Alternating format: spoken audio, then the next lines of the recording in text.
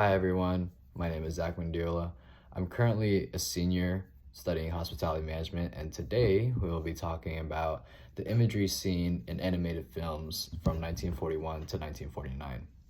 It's important to note that during this time period, it was World War II.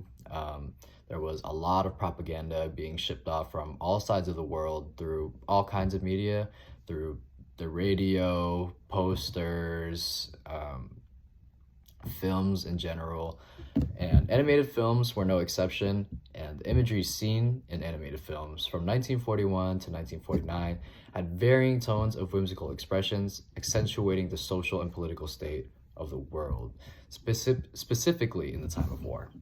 Animators and studios would often use their animations to serve as propaganda while entertaining the masses. Disney, notably, displayed these aspects on the film Der Fuhrer's Face in 1943, depicting a satirical take on Hitler's reign in World War II Germany through Donald Duck's perspective. The film portrayed the ruthlessness of the Nazis at this time. It was conveyed in an animated manner that perpetuated their militaristic mindset as Donald became gradually frustrated with the lifestyle he was living. And though it was dark in the theme, it was still very whimsical and kind of goofy to just watch him go through these this horrible state that he was in. And similarly, Education for Death, which was also produced by Disney in 1943, depicts a much darker narrative through the perspective of a young German boy named Hans. He eventually becomes a soldier of the regime as he's indoctrinated with the Nazi ideology, reinforcing the portrayal of Germans' villainous outlook by the rest of the world, aligning with the Western propaganda to antagonize him. After the war, animated films tended to draw back these exaggerated elements to revert back into more kid-friendly and positive messages that would appeal to the idea of more cultural values and growth. The films produced during wartime displayed caricatures of certain groups, exaggerating their traits through stereotypes and prejudices.